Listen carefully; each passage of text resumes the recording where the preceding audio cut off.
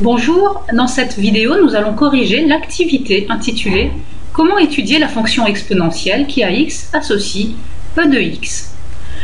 La courbe C ci-contre, qui est ici en rouge, est la courbe représentative de la fonction f définie pour tout nombre x réel par f de x égale exponentielle de x. Alors cette activité va se décomposer en deux parties, avec une première partie où on va découvrir quelques propriétés de la fonction exponentielle et une deuxième partie où on va découvrir la dérivée de la fonction exponentielle.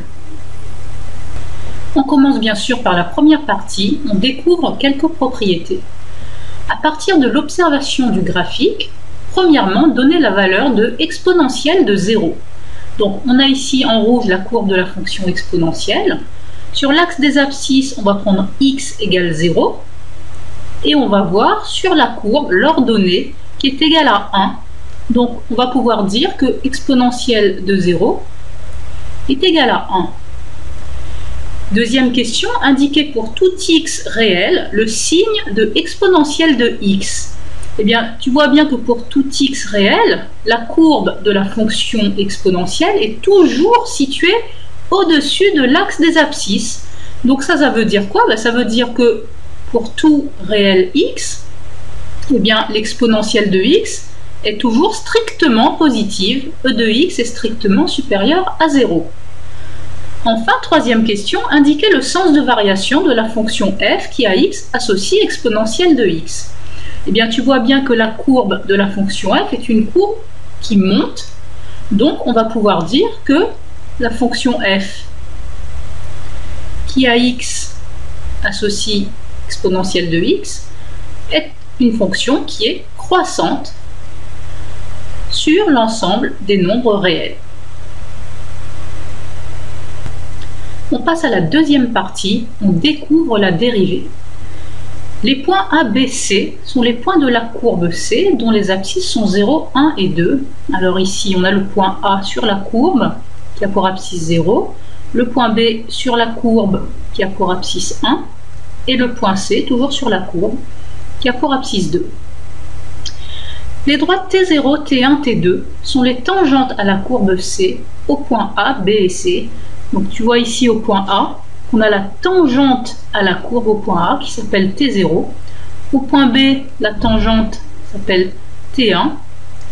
Et au point C, la tangente s'appelle T2. Première question, déterminer graphiquement le coefficient directeur de la droite T0. En déduire le nombre dérivé f' de 0. Alors, il faut savoir que f' de 0 est le coefficient directeur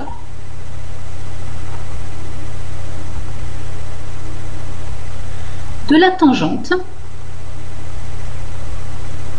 qui est ici la tangente T0, à la courbe de la fonction f, c'est-à-dire la courbe C, et au point d'abscisse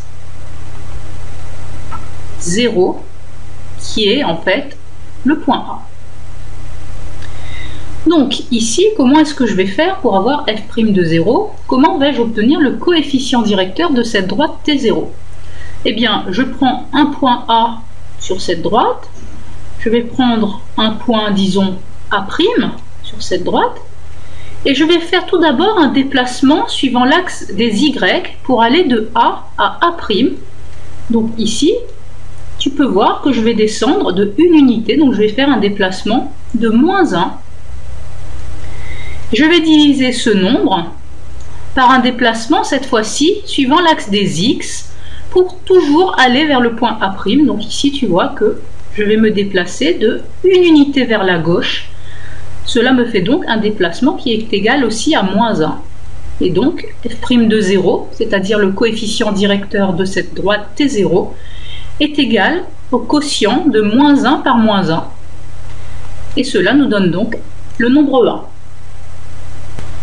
Dans la deuxième question, on nous demande de déterminer graphiquement les coefficients directeurs des droites T1 et T2 et d'en donner les valeurs exactes, puis d'en déduire les nombres dérivés f' de 1 et f' de 2.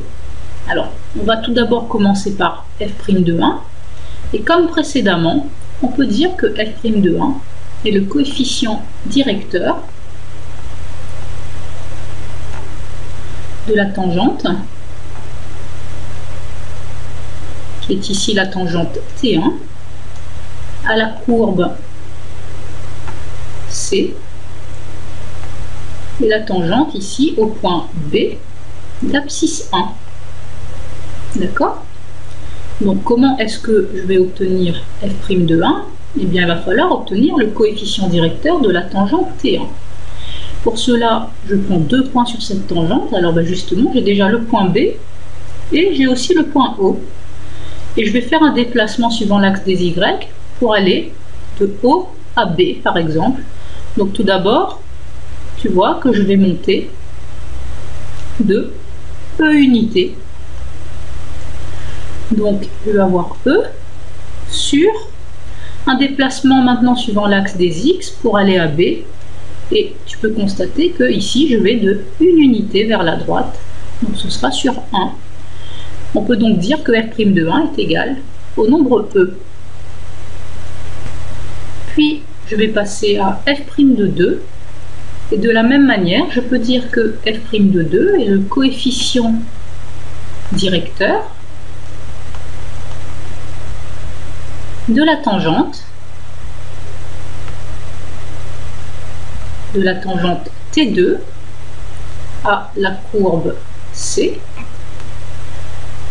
Et ici, on sera tangente au point C, qui est d'abscisse 2. Donc, comment est-ce qu'on va faire pour obtenir f' de 2? Eh bien, on doit obtenir le coefficient directeur ici de cette droite T2. Donc pour cela, comme d'habitude, on va prendre 2 points sur cette droite. On a déjà le point C.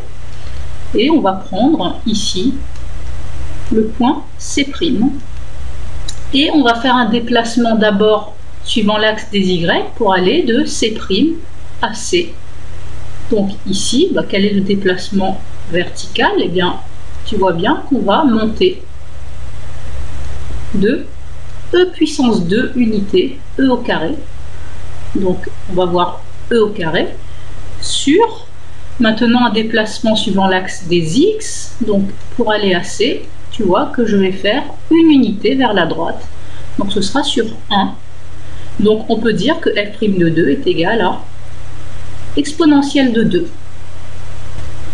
On passe à la question 3. En utilisant les résultats obtenus précédemment, complétez le tableau ci-dessous où f' désigne la fonction dérivée de f.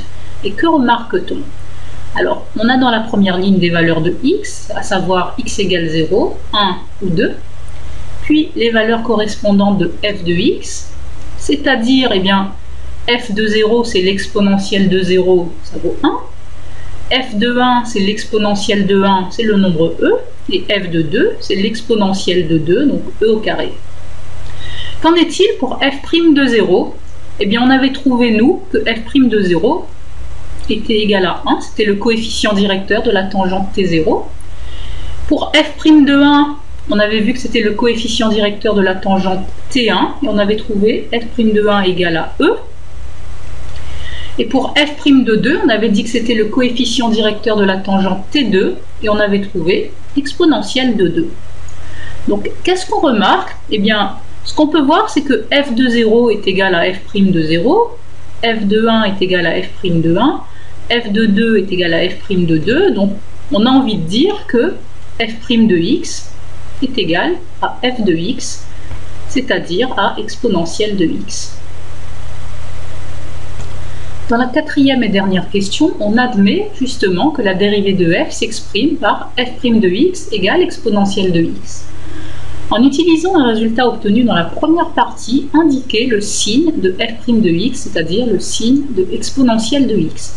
Alors, on avait vu que pour tout réel x, exponentielle de x était strictement supérieure à 0. Tu te rappelles, la courbe de la fonction exponentielle était toujours au-dessus de l'axe des abscisses. Donc, ça veut dire que f' de x est strictement supérieur à 0 pour tous les nombres réels x. Donc, si la dérivée de la fonction f est strictement positive sur r, On peut donc conclure que la fonction f, qui a x associe exponentielle de x, est une fonction croissante sur R. Et on a donc retrouvé le sens de variation de la fonction f que l'on avait obtenu dans la partie 1. Pour terminer, que nous apprend cette vidéo sur la fonction exponentielle qui a x associe exponentielle de x? Eh bien, si f est défini pour tout nombre réel x par f de x égale exponentielle x, on a vu que pour tout nombre réel x, si f de x égale e de x, alors f' de x est aussi égal à e de x. Donc en fait, la dérivée de la fonction exponentielle, c'est elle-même. Et on a vu aussi que la fonction exponentielle était une fonction croissante sur R, dont voici sa courbe.